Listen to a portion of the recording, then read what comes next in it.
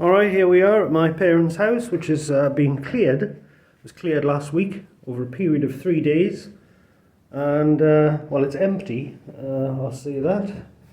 But what I've come round today, I had to meet the estate agent here today, Jason. Hello, Jason. And I thought I'd come a little bit earlier and do a bit of sort of surface cleaning, because the carpet was covered in bits. Obviously the clearance people aren't cleaners. No shit. So they just left all that on the floor. So I thought it would only take about an hour to just take the hoover across all the floors, but it took me 45 minutes in this room, and so I was still hoovering when Jason turned up. But it's basically, this one's hoovered properly now. Yeah, I'm a bit hoarse because I've just pulled up the underlay off the stairs, but I'll get to that in a minute. Right, so the kitchen, I'll overlay some pictures of what the kitchen used to look like before I started on it today. The lino was still down. I pulled the lino up, and there was a piece of wood in the corner of the room here, which was just covered in shit and tins and all sorts of crap. So I've pulled that out. There was bits of plywood propped up against the wall here. There was all sorts of shit on top of the bench, which I've got rid of, and I've thrown it out the back. I knocked on one of the neighbours' houses. I didn't bring anything today. I didn't really think very far ahead. And I didn't have any gloves or anything. So I ended up knocking at Rose's house next door. And it's Tom's birthday today, so happy birthday, Tom. And they gave me a pair of gardening gloves, which I can keep, which was very kind of them. And I managed to find a brush. And fortunately, there's an industrial hoover, which is upstairs at the minute, which I've been using. So if we come out the back here, the garden's still a shithole. The shed's fallen down. So I'm just having to stuff the extra bits and bobs in these bins here. As I say, I've just stripped up all the underlay off the stairs, because that looked like an eyesore as well. I like this, mind you, this is good. Checked and vetted tradesman. Yeah, did those numbers ever get rung up? I don't think so. Jesus Christ. Right, alright then, so they're in points of interest anyway. As I imagine I'm trying to sell the place. Well, I'm trying to sell the place actually. This was a corner unit that my dad put in. It had like one of those twin spool tape deck things, because he was into his hi-fi stuff, you know. So in this alcove, I think it probably had some sort of cupboard in it beforehand anyway, in 1964 when they bought the house. But he put this nice thing. It had a lift-up lid on the top, and his tape deck things, and the speakers on the front there. And he pulled the thing out in the 80s sometime, and he never filled in the gap.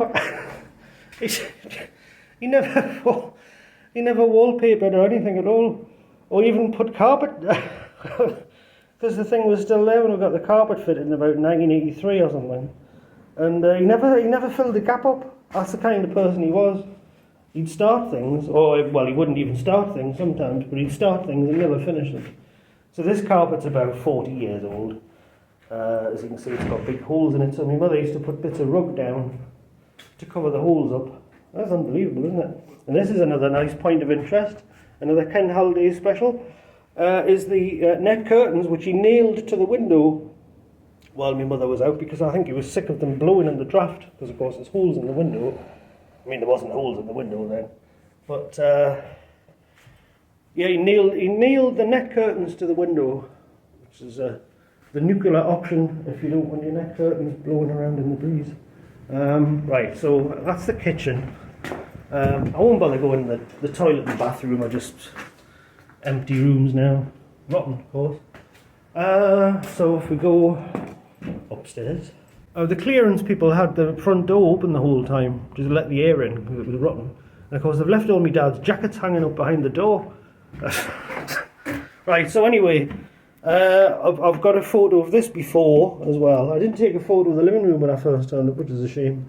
So this is the staircase after I've pulled the underlay up.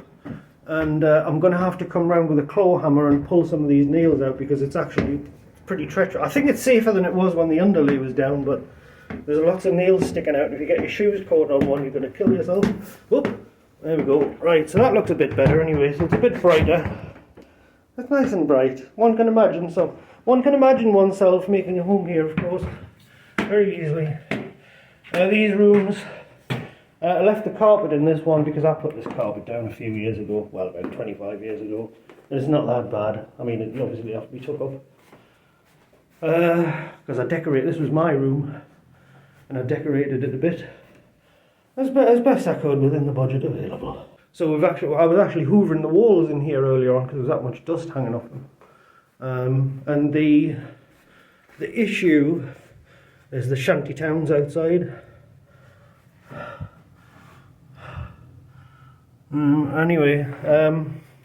Yeah, the issue, obviously we've got windows rotten. These are original windows as well. And the outer course of brickwork has come away a little bit. The wall ties have rotted out. You can see there's a big hole in the shed roof there. So that's the structural problem. It's the only structural problem in the house, really. The roof was new as of about 1985 or something. Around about then, 86. There's a spare room which I've never seen clear until now.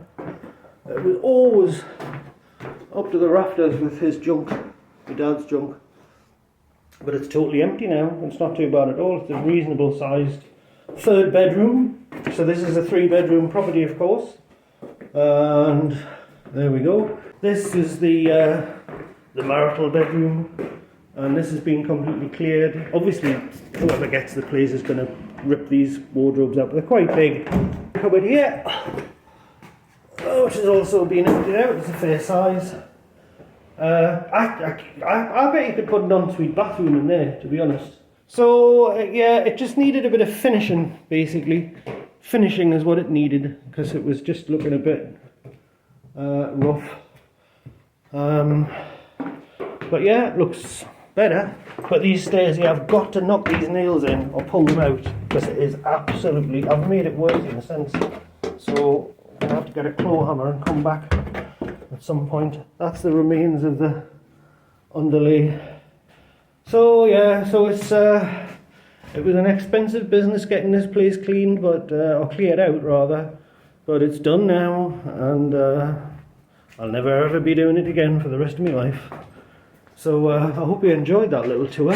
I'll press on with the vacuum cleaning, and then see you in the next video. So thanks very much for watching, and thanks to the neighbours for the gardening gloves, and thanks to Jason for helping me with the hoovering in the bedroom earlier on this morning. I bet you didn't think you'd be hoovering today.